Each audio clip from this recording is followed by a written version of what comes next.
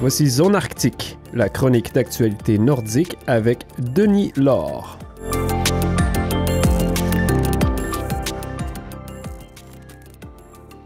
En raison des risques d'incendie, les interdictions de faire des feux à ciel ouvert dans les parcs territoriaux du Slave Nord ont été prolongées jusqu'au 7 août et étendues à tous les parcs de la région.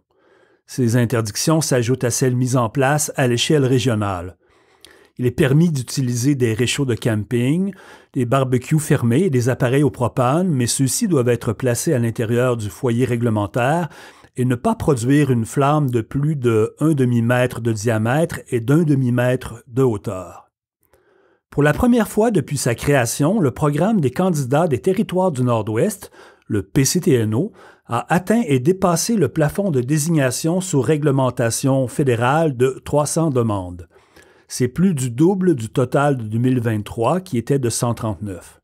En conséquence, le PCTNO n'acceptera pas de nouvelles demandes cette année, à l'exception des ressortissants étrangers détenant un permis de travail qui expire en 2024 et de ceux qui répondent à tous les critères d'admissibilité et qui travaillent déjà au TNO en 2024.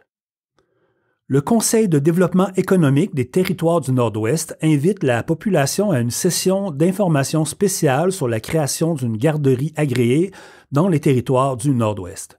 L'activité aura lieu le jeudi 8 août à 12h30 au Diamond Plaza, rue Franklin à Yellowknife. L'activité est aussi accessible en ligne. L'administration des services de santé et des services sociaux des TNO annonce l'expansion des services des défenseurs des intérêts des patients autochtones dans le DECHO sous la forme de soutien en personne à Fort Simpson. Les défenseurs travaillent à améliorer les services aux clients, aux patients et aux familles. Ils les aident à s'orienter au sein du système. Ils veillent à ce que les patients bénéficient de soins équitables qui respectent leur culture. Au Yukon maintenant, le samedi 20 juillet, une équipe d'inspection du gouvernement a donné des ordres supplémentaires à l'entreprise Victoria Gold en ce qui concerne les mesures prises à la suite de la défaillance de l'infrastructure de lixiviation survenue le 24 juin. Cette série d'ordres supplémentaires vise à remédier aux risques liés à la stabilité de l'installation et à améliorer le stockage et le traitement des eaux contaminées, ce qui nécessite la mise en place d'un système de pompage et de traitement des eaux souterraines. Les experts environnementaux ont complété l'évaluation des dommages à Sanikiluaq, au Nunavut, suite au déversement de carburant survenu le 22 juillet. Selon le gouvernement, aucune vapeur d'essence n'a été détectée dans le hameau. Au parc de stockage, des vapeurs d'essence ont été détectées, mais en faible quantité.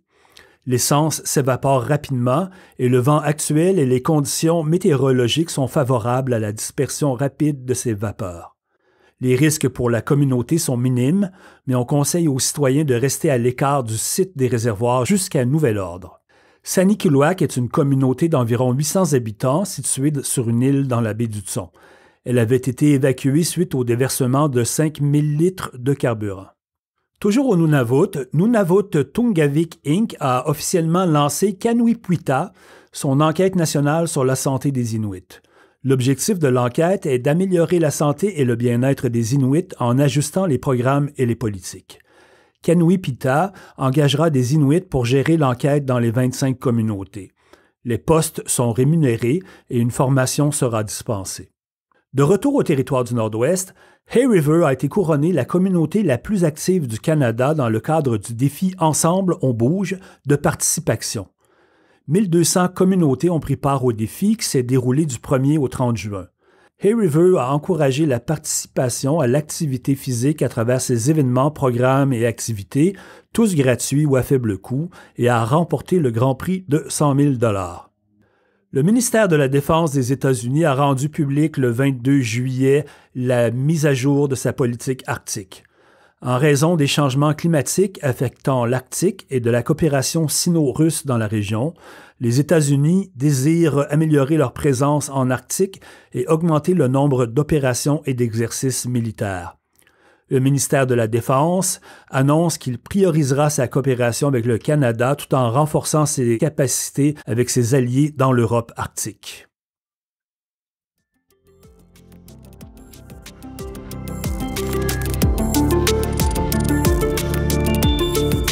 Zone Arctique est produite par Médiaténois. Retrouvez toutes les capsules sur le site web media-union.ca ou suivez-nous en mode balado sur toutes les plateformes de diffusion.